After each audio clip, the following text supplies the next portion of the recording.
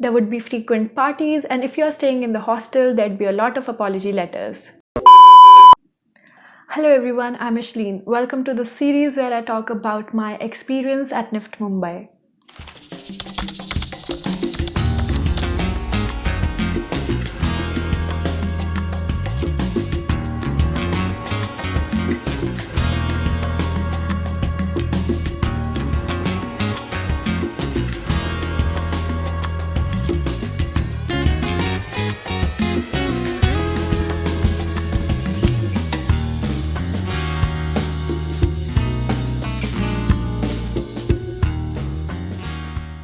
I know this video is super late, but what can I say, my life is a mess. Anyway, thank you for joining in today. Let's get started.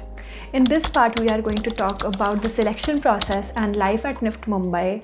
I will also tell you some truths about Nift Mumbai that you really need to know, so stay tuned. So after completing your aptitude and situation test, you receive your result, which is your All India rank. If you want to know more about preparations and exams for the test, please watch part 1 of this series. My general All India rank was 47. Based on this very rank, you get to select your campus or your center.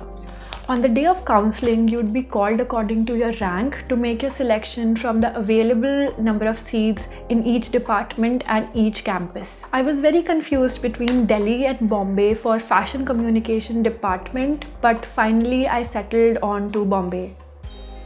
My department or my course is called fashion communication. But the first year that you spend in Nift is the common foundation year where everyone has the same classes regardless of their departments. There are orientation sessions held in the initial days to explain the structure of course, classes, mandatory and optional subjects, but you figure out things mainly on your own as you go. So here's the important part. Here are some things that you need to keep in mind if you're going for the Nift Mumbai campus, as these were a little unexpected for me.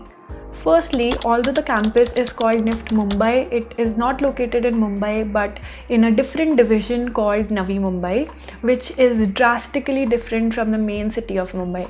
So if we wanted to go from Navi Mumbai to Mumbai, it would take us at least an hour long local train or even more. If you decide to take a cab, it will cost you a fortune. Otherwise, there's not much to do in the town of Navi Mumbai. Secondly, the weather. There is absolutely no winter season in the city whatsoever. Half the time there is extreme humidity and heavy rainfall, and the other half is just sunny. Personally, I hated it. It did not suit me well and I was falling sick frequently. Last but not the least, the gender ratio. Although a lot of people know about this, some still don't. There are far more girls in Nift than there are boys. To give you an idea, in my class of 40 people, there were 6 boys. Okay, so moving on to the academics, there are a number of pros and cons. You have to be very self-motivated and heavily depend on peer-to-peer learning along with the classes. There are no official books that you need to study from. One thing I'd like to tell you is that the resource center or the library has a large amount of really good books that you should definitely make use of. Although there are certain restrictions around the use of resource center as well. You might find what you like in academic classes and you might not. Either way, you'll have to take a lot of help from YouTube, online courses, etc. Life at the campus is fairly well. There would be some cultural event or the other happening around the year. There would be a lot of sports, dance, drama and music events.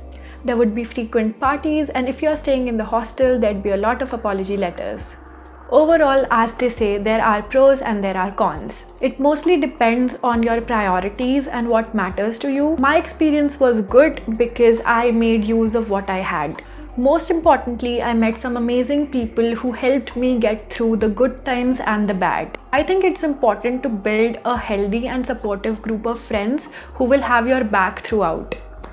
That's it for today. I hope you found this video a little bit helpful. If you have any specific questions, please DM me on Instagram. Thanks again and please do subscribe.